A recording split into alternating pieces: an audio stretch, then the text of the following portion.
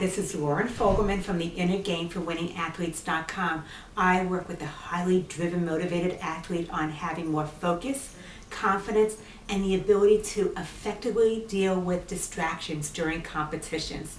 Today's topic is when the gifted athlete falls from grace. I've been following the news, and recently Ryan Maude has been drafted to the Patriots, and also have been noticing the news about Darnell Dotson from Southern Miss. And both of them have had some conflicts between where they are now and where they want to be, and it's interfered with their ability to really perform as an athlete. So Ryan has had some drug problems, Darnell has had some theft charges, and both of them could either turn it around or follow the path of Ryan Leaf from the Chargers, where his anger and his drug problems caused him to have to walk away from his dream of really playing professional football. So we'll see what happens with Ryan and Darnell. But what I got to thinking with this was what's going on underneath the surface with these men that caused them to have a dream of what they want to do, and then their behaviors of where they are now got in the way. And I wanted to be able to share those thoughts with you. So some of these things I want to focus on is the current situation. And the first one is about incongruency. There's an idea of where they want to be and where they are now, and that their thoughts and their beliefs and their actions are not helping them to really take the necessary steps towards success. It's causing what's called cognitive dissonance, which causes tension between your values and how you perceive things versus your goals and where you want to be. And as a result, when people are under a lot of stress and tension, they revert back to old behaviors that tend to lead towards sabotage. The next thing is control issues.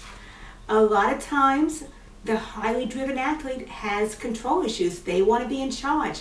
They feel that maybe they know the best way. Nobody should tell them what to do off the field.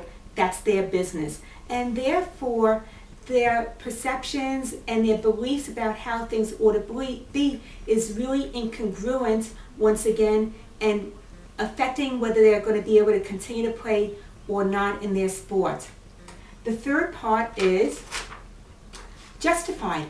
They feel very justified in what they're doing and how they're doing things, and people can talk themselves into anything that they want to do or don't want to do. There's a lot of blame focusing on factors outside of them. And one of the things that happens with control issues and feeling very justified is you become the bottleneck in the progress towards your own success.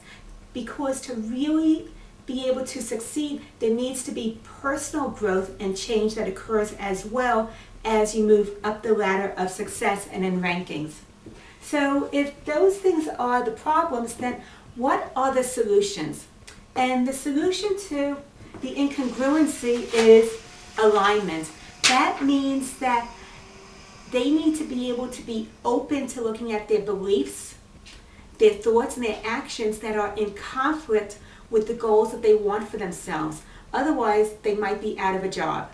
So it's about really looking at how they can make some changes now in order to be able to move forward.